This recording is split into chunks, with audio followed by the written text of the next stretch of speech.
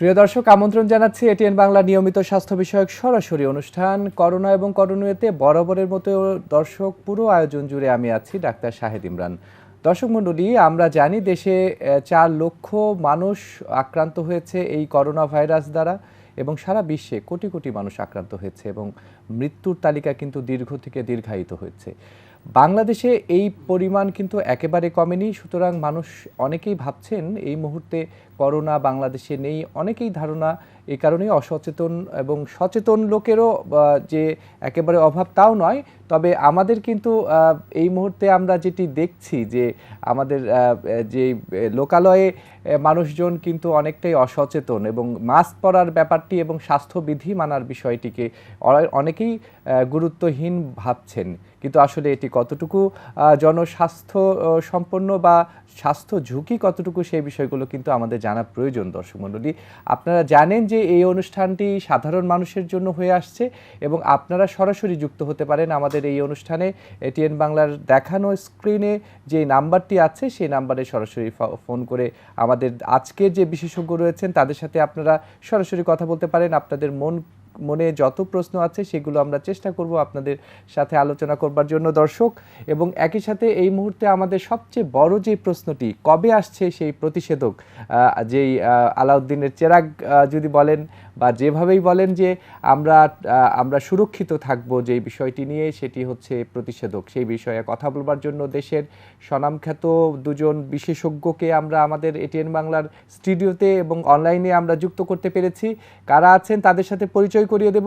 তার আগে একটি কথা বলে রাখি যে এই মুহূর্তে আমাদের কিন্তু যেই সচেতনতা বা স্বাস্থ্যবিধির যে জায়গাটি রয়েছে সেইখানে কমতির কোনো সুযোগ নেই। আমরা প্রতিবেদনেও দেখাবো এখনকার বর্তমান পরিস্থিতি। সুতরাং আমরা বিজ্ঞান ভিত্তিতে যে যুদ্ধ চলছে, আমাদের যে যোদ্ধারা যুদ্ধ করে যাচ্ছেন এবং আপনারা যেখানে সামিল রয়েছেন, সহযোগিতার ভিত্তিতে আমরা এই করোনা মোকাবেলায়, বৈশ্বিক মহামারী অবশ্যই মোকাবেলা করতে পারবো সেই প্রত্যাশা রেখে আজকের অনুষ্ঠান আমরা শুরু করছি। দর্শক, আমাদের সাথে এটিএন বাংলা স্টুডিওতে আছেন অধ্যাপক doctor AK.M. Akhtaruzzaman, chairman anaesthesia, analgesia ও ইন্টেনসিভ কেয়ার মেডিসিন বিভাগের চেয়ারম্যান, বঙ্গবন্ধু শেখ মুজিব মেডিকেল বিশ্ববিদ্যালয়ের অধ্যাপক ডাক্তার AK.M. আখতারুজ্জামান। আপনাকে স্বাগত জানাচ্ছি আমাদের এটিএন বাংলা স্টুডিওতে।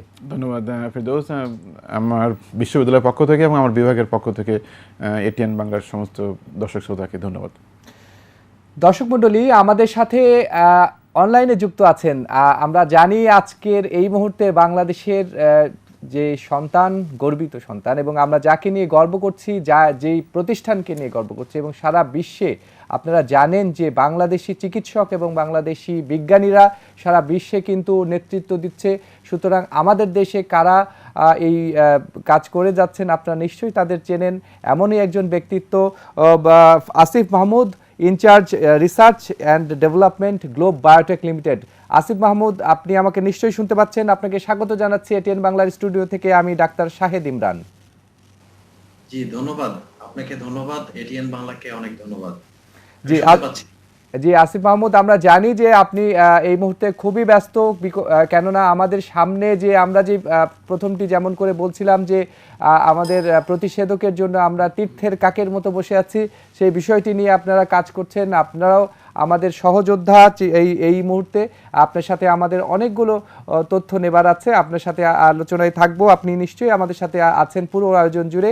দর্শক মণ্ডলী, আমরা অনুষ্ঠান শুরুর আগে যেমনটি করে আপনাদেরকে জানিয়ে আসি, এটিএন বাংলার শেষ যে প্রতিবেদন, সর্বশেষ আপডেটটি আমরা শুনেই আমাদের আলোচনায় আসবো। দর্শক,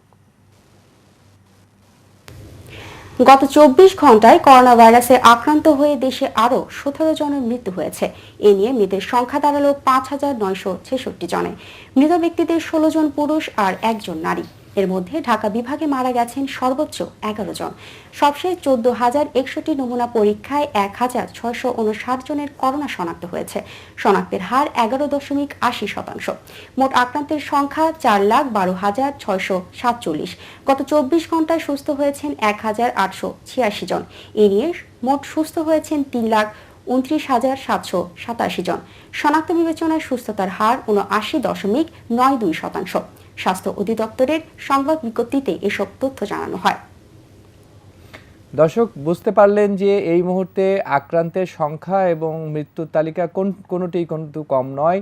আমরা যেটিকে বলছি যে সেকেন্ড ওয়েভের জন্য অনেকেই অপেক্ষা করছে। পৃথিবীর বিভিন্ন দেশের এই করোনা ভাইরাসের সংক্রমণ নিয়ন্ত্রণ করেও দ্বিতীয় ঢেউ কিন্তু তাদেরকে আক্রমণ করেছে। সুতরাং বাংলাদেশেও সামনে শীতকাল আসছে, অনেকেই ধারণা করছেন সেই সময়ে হয়তো সংক্রমণের হার বেড়ে যেতে পারে। চিকিৎসক এবং বিজ্ঞানীরা কি বলছেন সে বিষয়গুলো কিন্তু আমাদের জেনে আসা প্রয়োজন। দর্শক মণ্ডলী, আমরা ডাক্তার AKM আখতারুজ্জামান স্যারকে আমাদের স্টুডিওতে পেয়েছি।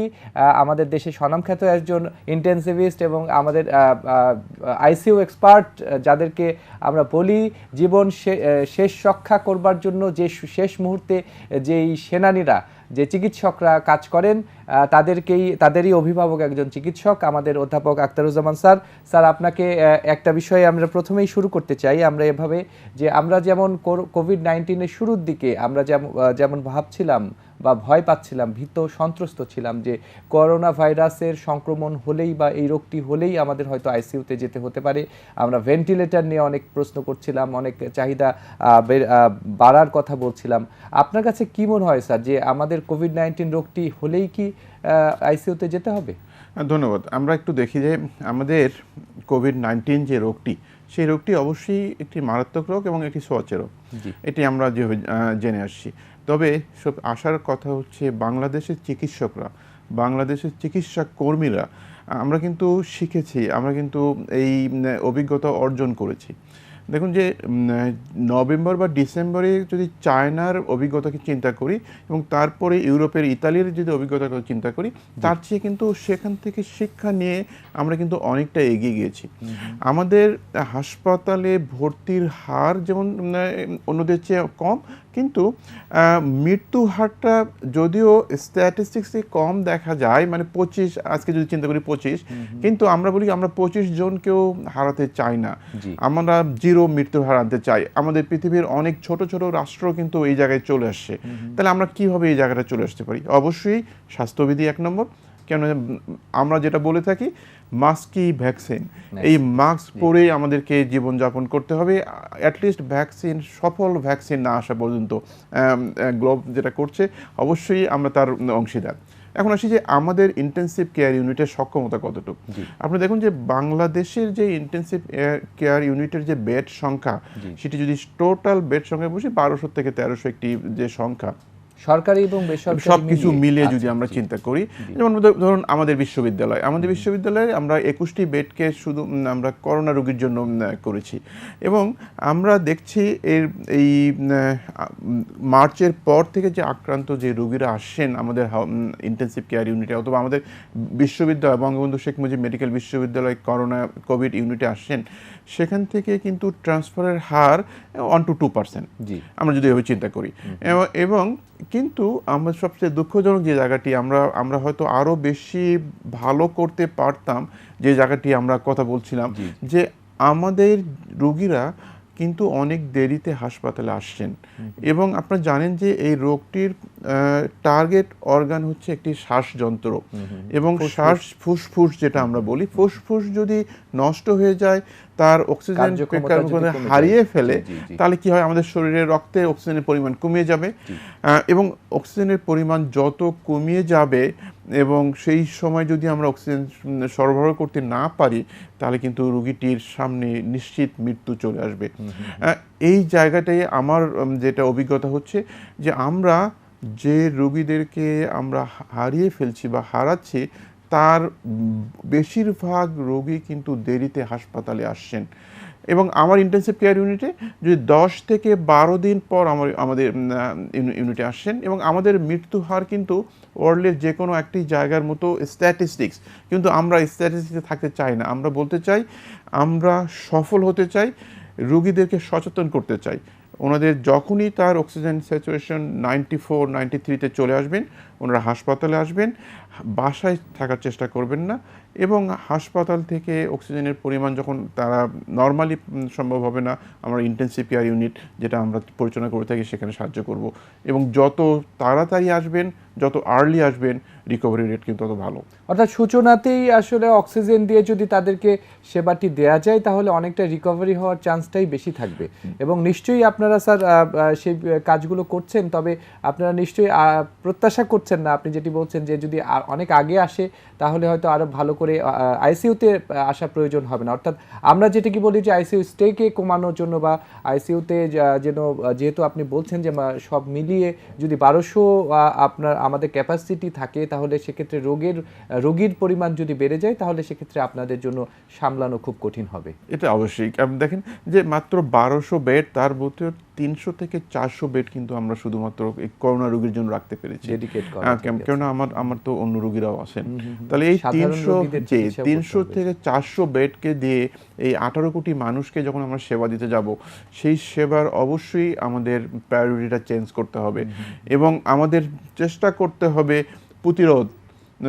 যদি আমরা প্রতিরোধ করতে পারি, যদি আমরা এই হেলথ হাইজিনগুলো মেনটেন করতে পারি, সেক্ষেত্রে একটি হতে পারে।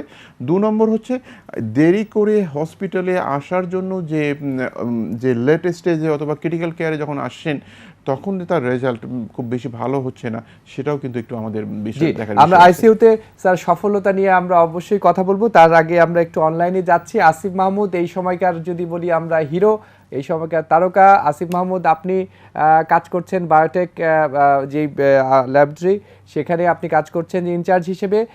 আপনার কাছে একটি প্রশ্ন, আপনারা একটি প্রেস কনফারেন্স করেছিলেন এবং সেখানে আপনার একটি আবেগঘন একটি ছবি ভাইরাল হয়েছিল, সারা বিশ্বের মানুষ দেখেছে, এবং আপনার যে একটা অনুভূতি, বিশেষ ব্যক্তিগতভাবে যে একটি অনুভূতি কাজ করছে এই মুহূর্তে, আমরা শুরুতে একটু শুনতে চাই যে আপনি একটি কথা বলেছিলেন যে আমরা একটি মানুষকেও আসলে হারাতে চাই না, কেননা প্রত্যেকটি মানুষের জীবনটি আপনাদের বা আমাদের সবার কাছে খুবই গুরুত্বপূর্ণ, মূল্যবান। আসিফ মাহমুদ, আপনার কাছে একটু জানতে চাই সেই অনুভূতির কথা। ধন্যবাদ। জুলাই মাসের 2 তারিখে আমাদের প্রেস কনফারেন্সটি ছিল, তো সেখানে আসলে আপনি আসলে যে আবেগঘন মুহূর্তের কথা বলছেন, সেটা একটা সাডেন রাশ অফ ইমোশন আমি বলবো। তো সেই ইমোশনটার শুরুটা আরো পেছনে বলতে যখন থেকে আমরা একটা ভ্যাকসিন ডেভেলপমেন্টের কাজ শুরু করি ঠিক তখন থেকে, তো সেখান থেকে শুরু করে আজকে আসলে অনেক দূর আমরা এসেছি, এবং আমরা যতটা মনে করি যে আমরা আমাদের পক্ষ থেকে যতটুকু করা সম্ভব আমরা কিন্তু ততটুকু করেছি। এনিম্যাল ট্রায়াল পর্যন্ত আমাদের কমপ্লিট হয়েছে, এখন সেই ডেটা নিয়ে আমরা থার্ড পার্টির মাধ্যমে হিউম্যান ট্রায়ালটা করতে যাচ্ছি। জি।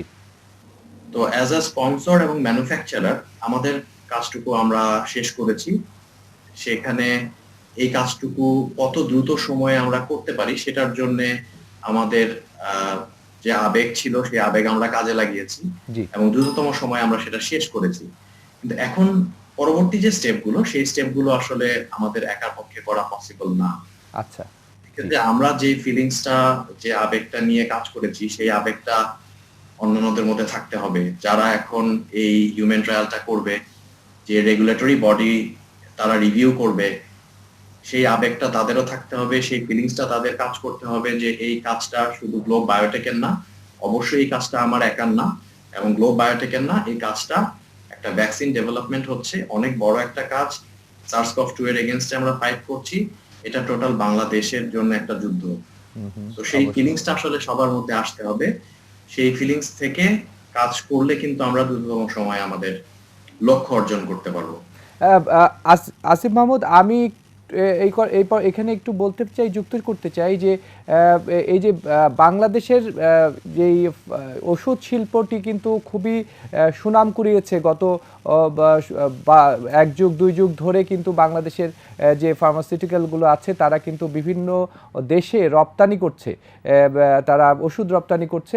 সেসব ক্ষেত্রে আমরা প্রশ্ন করছিলাম, অনেকেই গণমাধ্যম থেকে বা বিভিন্ন মহল থেকে বলা হচ্ছিল যে বাংলাদেশে কি এই ভ্যাকসিনটি প্রস্তুত করা সম্ভব কি না, কেননা যে বাংলাদেশের ওষুধ শিল্প কারখানাগুলো অনেকটাই সক্ষম বলা যায়। সেখানে আপনারা গ্লোব ফার্মাসিউটিক্যাল, গ্লোব বায়োটেক যেটা আপনারা কাজ করছেন, সেই ক্ষেত্রে সেই সক্ষমতা আপনারা কতটুকু অর্জন করতে পেরেছেন, এবং আপনি যে কথাটি বলছিলেন যে ট্রায়ালের বিষয়গুলো, এখানে আপনারা কতটুকু এগিয়েছেন, এবং পৃথিবীর বিভিন্ন দেশে আপনারা যেমন বিশ্ব স্বাস্থ্য সংস্থার যে ট্র্যাকিং যে লিস্টটি রয়েছে সেই লিস্টে আপনারা অন্তর্ভুক্ত হয়েছেন সম্প্রতি। সুতরাং আপনারা সামনে কতদিন নাগাদ সময় লাগতে পারে যে যেখানে আপনারা এই সফলভাবে এই ভ্যাকসিনটি আপনি বাংলাদেশের মানুষের জন্য আপনারা করতে পারবেন, এই বিষয়ে একটু যদি আপনি আমাদেরকে একটু জানান। আপনি আসলে যথার্থই বলেছেন যে বাংলাদেশের যে ফার্মা ইন্ডাস্ট্রি আছে এটা কিন্তু এস্টাবলিশড ফার্মা ইন্ডাস্ট্রি, জি, এবং তৃতীয় বিশ্বের একটি দেশ হিসেবে আমাদের ফার্মা ইন্ডাস্ট্রি যেভাবে ফ্লারিশ করেছে সেটা প্রশংসার যোগ্য। জি, কিন্তু এক্ষেত্রে একটা জিনিস বুঝতে হবে যে আমাদের ফার্মা ইন্ডাস্ট্রিতে আমরা যা করছি, আমরা কিন্তু নতুন ইনোভেটিভ কিছু করছি এমন না। এখানে প্রপার রিসার্চ ডেভেলপমেন্ট হয়ে আমরা নিজেদের মতো করে একটা স্মল মলিকিউল অথবা লার্জ মলিকিউল বানাচ্ছি, সে ব্যাপারটি হচ্ছে না। আমরা যেটা করছি, আমরা এপিআই বানাচ্ছি এবং সেখানে ইউএসপিডিপির ফর্মুলেশন ব্যবহার করে আমরা একটা প্রোডাক্ট ডেভেলপ করছি, কিন্তু আমাদের নিজেদের প্রোডাক্ট আমরা কটা তৈরি করতে পেরেছি, সেটা একটা প্রশ্ন। তো 2033 সাল পর্যন্ত এখনো আমরা ইউএসপিডিপি ব্যবহার করে সেই ফর্মুলেশন ইউজ করতে পারবো, কিন্তু আমাদের নিজেদের রিসার্চ এন্ড ডেভেলপমেন্ট সেক্টরটা আরো ডেভেলপ করা দরকার। তো গ্লোব বায়োটেকের শুরু 2015 সালে। Globe Biotech limited drug Discovery company হিসেবে তার যাত্রা শুরু করে। তো আমাদের মেইন অবজেক্টিভই ছিল আমরা নতুন ড্রাগ তৈরি করব, এবং সেই ড্রাগটা স্মল মলিকিউল হবে না, এটা একটা বায়োলজিক্যাল ড্রাগ হবে। তো সেই প্ল্যাটফর্মটা কিন্তু আমাদের ছিল। এখন ভ্যাকসিন ডেভেলপমেন্টের ক্ষেত্রে আসলে বিভিন্ন ধরনের প্রযুক্তি আছে। একেবারে নতুন লেটেস্ট যে টেকনোলজি গুলো আছে তার মধ্যে আপনি ডিএনএ ভ্যাকসিন বলতে পারেন, এমআরএনএ ভ্যাকসিন বলতে পারেন। তো এই যে ডিএনএ ভ্যাকসিন বা এমআরএনএ ভ্যাকসিন তৈরির যে প্রযুক্তি, সেই প্রযুক্তিগুলো বায়োলজিক্যাল ড্রাগ ডিসকভারি কোম্পানি হিসেবে আমাদের আগে থেকেই ছিল, যেটা আমরা বাংলাদেশে পায়োনিয়ার। আমরা বলতে পারি যে বায়োলজিক্যাল ড্রাগ ডিসকভারি করার জন্য একদম একটা জিন ক্লোনিং থেকে শুরু করে final master cell bank development এবং ডোজেস ফর্ম তৈরি করা পর্যন্ত টোটাল প্রযুক্তি আমাদের কাছে আছে, যেটা বাংলাদেশে আমরা একমাত্র কোম্পানি, আমাদেরই এই টোটাল সেটআপটা আছে। তো সেই সেটআপটা আমরা কিন্তু এমআরএনএ বেসড ভ্যাকসিন তৈরিতে ব্যবহার করতে পেরেছি। কিন্তু আপনি যদি বলেন এখন আমরা এমআরএনএ বেসড ভ্যাকসিন এটার এপিআই আমরা তৈরি করতে পারি, সেই সক্ষমতা আমাদের আছে। আমাদের যে ফিলিং ক্যাপাসিটি, আমরা যে প্যাকেজিং করব, সেখানে কিন্তু আমাদের কিছু লিমিটেশন আছে। যে বাংলাদেশের 18 কোটি মানুষের জন্য আমরা যদি ভ্যাকসিন একটা দ্রুততম সময়ে দিতে পারি, সেটাতে কিন্তু আমাদের এখনো কিছু ল্যাকিংস আছে। যে আমরা এপিআই তৈরি করতে সক্ষম, কিন্তু ফিনিশ প্রোডাক্ট বা ডোজেস ফর্মে দিতে গেলে আমাদের অন্যান্য ভ্যাকসিন কোম্পানি যারা বাংলাদেশে আছে তাদের সাহায্য লাগবে। কিন্তু আফসোসের জায়গাটা হলো এত বড় এস্টাবলিশড একটা ফার্মা ইন্ডাস্ট্রি বাংলাদেশে আছে।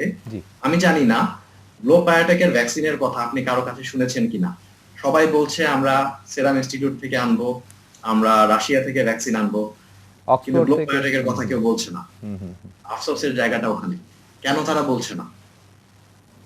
জি, এই প্রশ্নে আমরা আবার আসবো এবং এই বিষয়ে বিস্তারিত আমরা জানতে চাইবো। আসিফ মাহমুদ, আপনার কাছে, আপনি আমাদের আলোচনার সাথেই আছেন।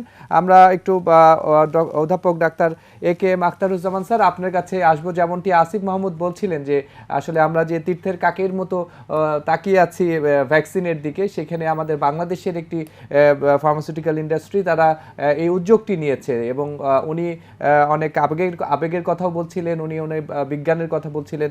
স্যার, আমরা একটু জানতে চাই আপনার কাছে যে আমাদের বাংলাদেশে ইমার্জেন্সি কেয়ার যেটি জরুরি সেবা, এই সেবাটি অনেকেই অভিযোগ করেন যে এখানে গিয়ে খুব দ্রুত সেবা আমরা অনেক সময় দিতে পারছি না, সরকারি বা বেসরকারি যে কোনো পর্যায়ে হোক।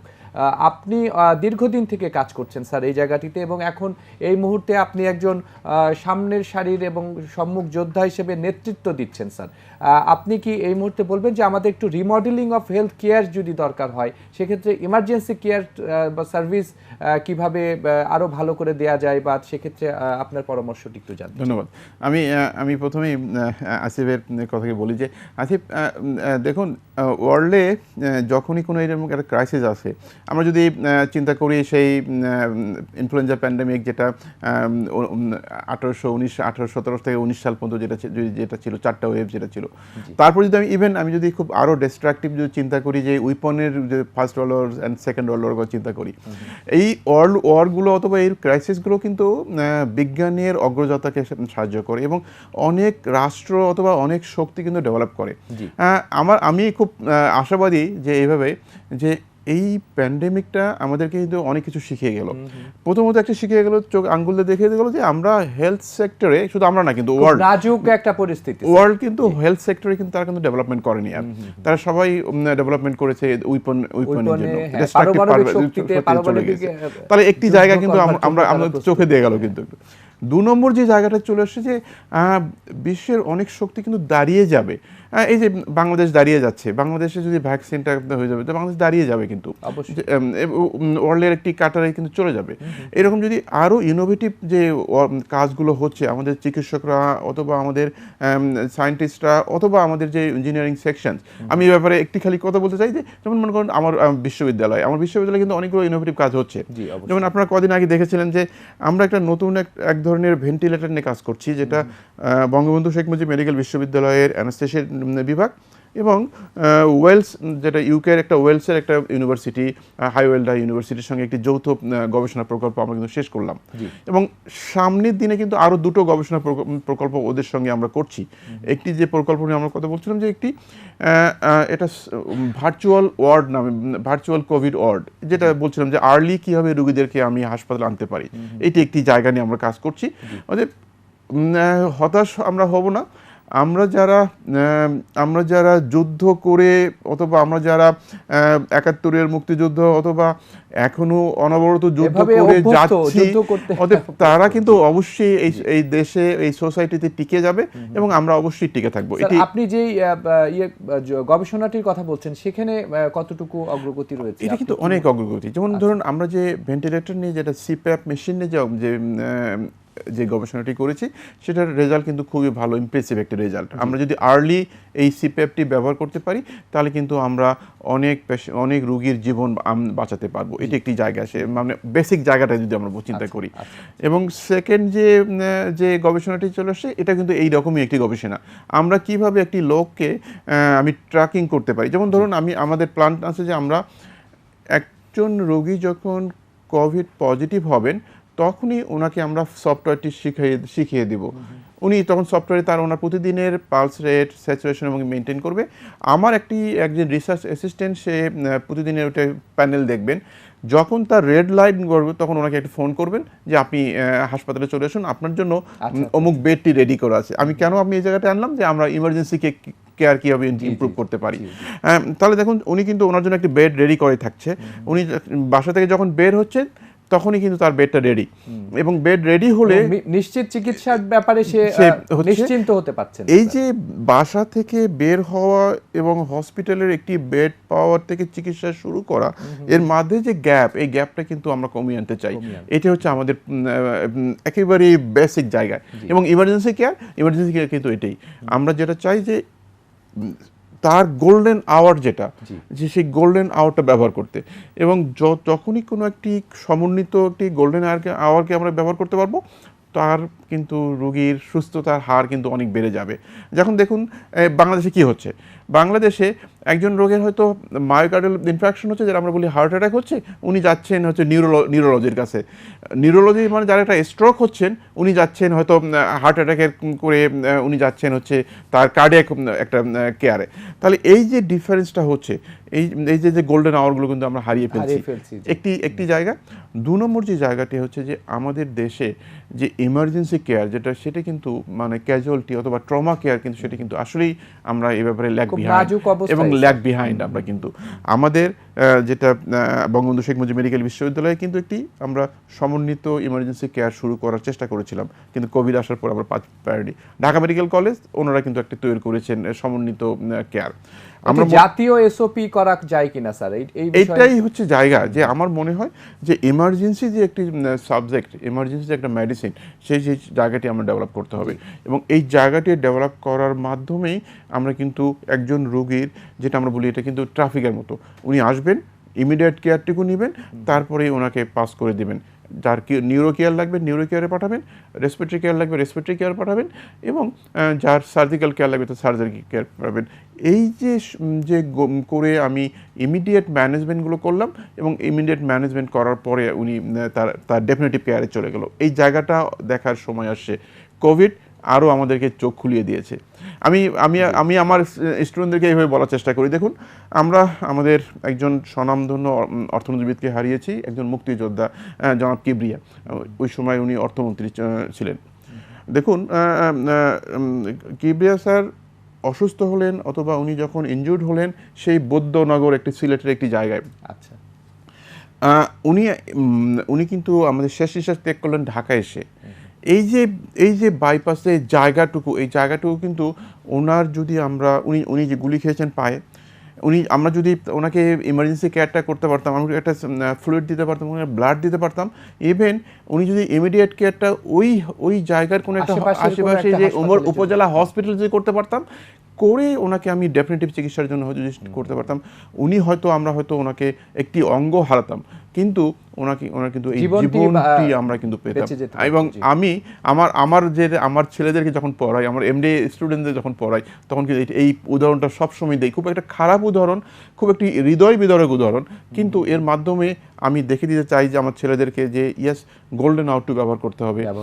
ডোন্ট ট্রান্সফার দ্য পেশেন্ট যার এই আনঅ্যাটেন্ডেড, তাকে টেক কেয়ার করতে পারবে। দেশের বাইরে কিন্তু স্যার উন্নত দেশে এই বিষয়গুলোকে কিন্তু খুব গুরুত্ব দেওয়া হয় এবং পুলিশ থেকে শুরু করে সাধারণ মানুষকেও কিন্তু এটা শেখানো হয় যে আসলে ইমিডিয়েটলি কি করা প্রয়োজন। আমরা যেমন এরকম একটা ক্যাজুয়ালিটি হলে, আপনি যে কথাটি বলছিলেন খুব চমৎকার করে স্যার, যে এই ধরনের যে কোনো একটা রোড ট্রাফিক অ্যাক্সিডেন্ট বা যে কোনো ক্যাজুয়ালিটি যদি হয়, তাহলে ইমিডিয়েটলি কি করতে হবে সাধারণ মানুষেরও কিন্তু এটি জানা প্রয়োজন। স্যার আপনার কাছ থেকে এই বিষয়গুলো আবার আসবো নিশ্চয়ই। আমরা একটু আসিফ মাহমুদ আপনার কাছে আসতে চাই। আসিফ মাহমুদ, আপনি শুনছিলেন স্যারের কথা, আপনার কথাও উদ্ধৃতি দিয়ে উনি অনেক কিছু বলছিলেন। আমরা একটু জানতে চাই যে এই যে গ্লোব বায়োটেকের যে ভ্যাকসিনটি নিয়ে আপনারা কাজ করছেন, অ্যানিম্যাল ট্রায়াল হয়েছে, এখন হিউম্যান ট্রায়ালে আপনারা যাচ্ছেন।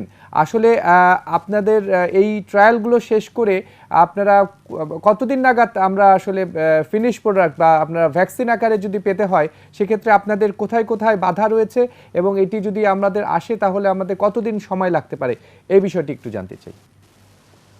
ধন্যবাদ। আসলে আপনি একটু আগে বলছিলেন যে WHO-র এনলিস্টেড ক্যান্ডিডেট হিসেবে বাংলাদেশের 3টি ক্যান্ডিডেট সেখানে এনলিস্টেড হয়েছে। তো সেখানে এনলিস্টেড হয়েছে যে প্রিক্লিনিক্যাল স্টাডিতে এই 3টি ক্যান্ডিডেট আছে।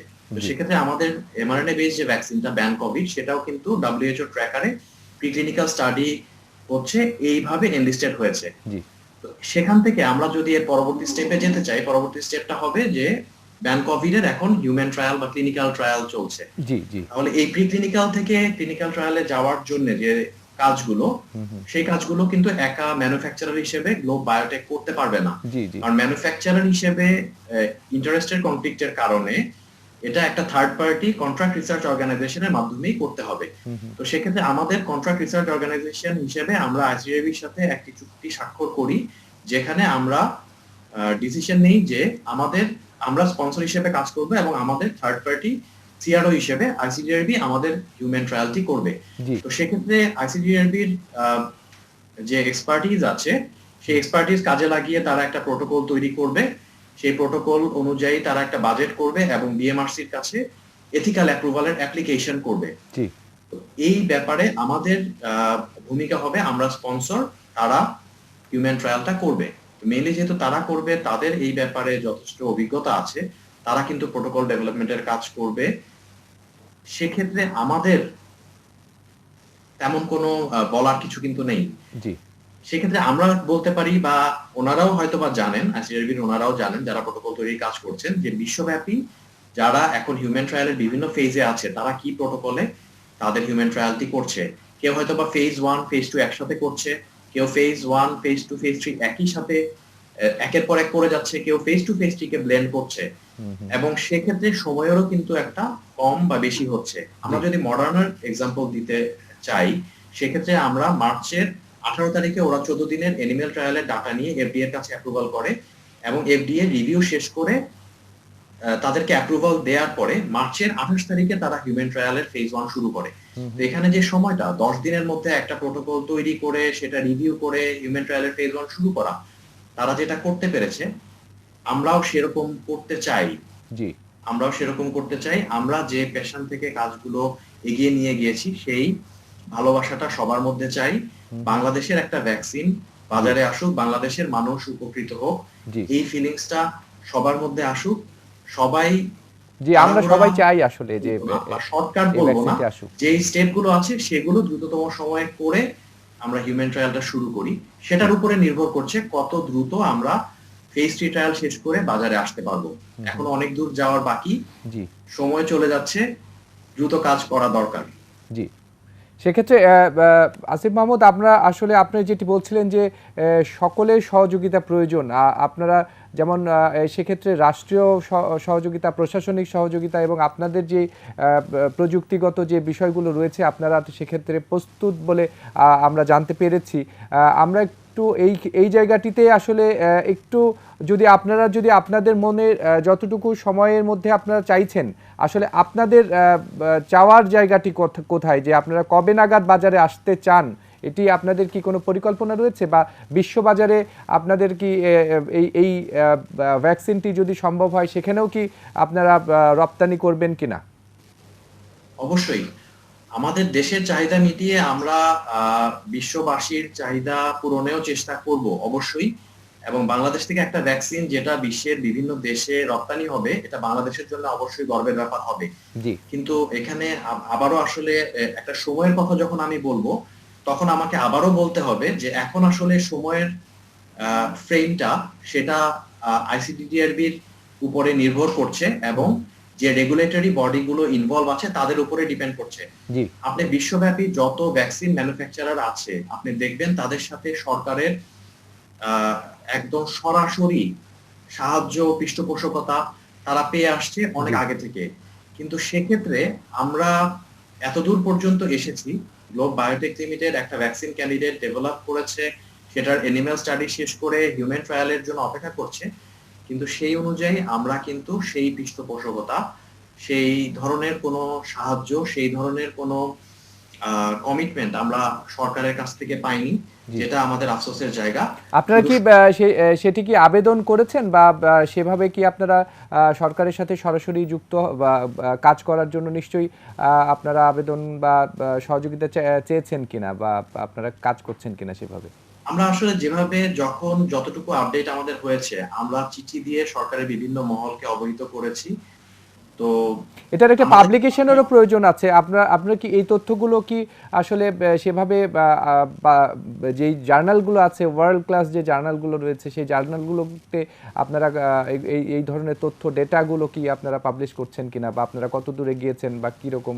আসলে এই যে WHO ট্র্যাকারের কথা আবার বলতে হয়, সেখানে 40 থেকে 45টি ভ্যাকসিন হিউম্যান ট্রায়ালের বিভিন্ন ফেজে আছে। জি, এই 45টি ভ্যাকসিনের ম্যানুফ্যাকচারার যারা আছে তাদের পাবলিকেশন যদি আপনি খুঁজতে চান, আপনি 45 জনের পাবলিকেশন খুঁজে পাবেন না। জি, জি, কারণ এই ব্যাপারগুলো এতটাই কনফিডেন্সিয়াল এবং সবাই একটা দ্রুততার সাথে কাজটা এগিয়ে নিয়ে যাওয়ার চেষ্টা করছে, অনেকেই কিন্তু পাবলিকেশন করার সময়টাও পাচ্ছে না। জি, তারপরেও আমরা যতটুকু কাজ করেছি, যখন আমাদের পাবলিকেশন করার সুযোগ হয়েছে, আমরা কিন্তু একটা প্রিপ্রিন্ট আর্কাইভে আমরা সাবমিট করেছি, যেন scientific community all over the world আমরা কি করেছি সেটা জানতে পারে, সেটার ব্যাপারে তাদের কোনো কমেন্ট থাকলে সেটা করতে পারে। এর পরবর্তী প্রসেসে আমরা এই কাজটি একটি পিয়ার রিভিউ জার্নালেও আমরা পাবলিশ করব। সেটা কিন্তু একটু সময় লাগবে, কারণ একটা পিয়ার রিভিউ জার্নালে যখন আমরা পাবলিশ করতে চাই, সাবমিশনও করতে চাই, তখন সেখানে কিছু ডাটা আবার রিওয়ার্ক করার থাকে, সেগুলো জার্নাল অনুযায়ী আমাদের মডিফাই করার ব্যাপার থাকে, এবং এটাতে একটু সময় লাগে। তো সেই সময়ে আমরা প্রসেসে আছি, পাইপলাইনে আমাদের পিয়ার রিভিউ জার্নালে আমরা যাব, সেটা নিয়ে আসলে আমাদের চিন্তা না করে এখন চিন্তা করতে হবে যা ডাটা আমাদের আছে সেটা নিয়ে আমরা কত দ্রুত এগিয়ে যেতে পারেন। আসিফ মাহমুদ, আমরা ছোট্ট করে একটু জানতে চাই, আমাদের অনুষ্ঠানের একেবারে শেষের দিকে আমরা এসে পৌঁছেছি, যে আপনারা যদি বা এটি সফলতার সাথে আমরা যেটি প্রত্যাশা করছি আপনারা সফল হন, আমাদের চিকিৎসকরা বলছেন, অধ্যাপক এ কে এম আখতারুজ্জামান স্যারও বলছেন যে এটি আসলে নিশ্চয়ই আমাদের এটা দেশের গর্ব, এবং আমরা অনেক দ্রুত আসলে পরনির্ভরশীলতাটা কাটিয়ে উঠে আমরা কিন্তু নিজেরাই সক্ষম যে এ ধরনের একটা ভ্যাকসিন আপনাদের মাধ্যমে আমরা পেতে পারি। আমরা একটু জানতে চাই যে কতটুকু যদি আপনারা সফলতার সাথে আনতে পারেন তাহলে বাংলাদেশের জনসংখ্যার তুলনায় কতটুকু চাহিদা পূরণ করার সম্ভব বলে মনে করছেন আপনি? প্রথমে আমি ছোট্ট করে একটু বলতে চাই, আমরা যদি ব্যানকোভিডকে বাংলাদেশের মানুষের জন্য অ্যাভেলেবেল করতে চাই সেক্ষেত্রে সর্বস্তরের সহযোগিতা আমাদের দরকার। এটা হলো প্রথম কথা, যে বাংলাদেশে প্রথম আমরা একটা নতুন কাজ করছি, সেখানে সবার সহযোগিতা ছাড়া এটা অ্যাচিভ করা পসিবল না। সেকেন্ড হলো বাংলাদেশে যত জনসংখ্যা আছে আমাদের এপিআই তৈরির ক্ষমতা আছে। আমরা 7 দিনে টোটাল 18 কোটি মানুষের জন্য ব্যানকোভিড এর এপিআই তৈরি করতে সক্ষম, কিন্তু সেটাকে প্যাকেজিং করে মানুষের হাতে পৌঁছে দেওয়ার দায়িত্বটা ক্ষেত্রে আমাদের সরকারের সহযোগিতা দরকার। আমাদের বড় বড় এস্টাবলিশ যারা ভ্যাকসিন ম্যানুফ্যাকচারার বাংলাদেশে আছে, যাদের হাই স্পিড ফিলিং মেশিনারিজ আছে, তাদের সহায়তা আমাদের দরকার। তাদের নিশ্চয়ই সেটি আপনারা যদি সহায়তা পান তাহলে আমাদের দেশের মানুষেরই সেই উপকার হবে, এবং আমরা প্রত্যাশা করব যে আমাদের দেশের মানুষের যাদের প্রয়োজন রয়েছে আপনারা সবার সক্ষমতা সবার চাহিদা পূরণ করতে পারেন, এই প্রত্যাশা আমরা করছি।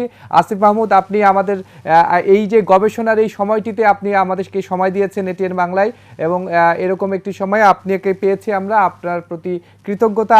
আমরা প্রত্যাশা করছি যে আপনারা নিশ্চয়ই সফল হবেন, এবং সরকারি সহযোগিতা আমরা এই অনুষ্ঠানের মাধ্যমে আমরা চাইব যে আমাদের দেশের উৎপাদন, যেটি মাননীয় প্রধানমন্ত্রীও চান যে দেশের উৎপাদনকে উনি অনেক বেশি এনকারেজ করেন এবং উৎসাহ দেন, নিশ্চয়ই আপনি সেটা করতে পারবেন এবং আপনার প্রতিষ্ঠান সেটি করতে পারবে।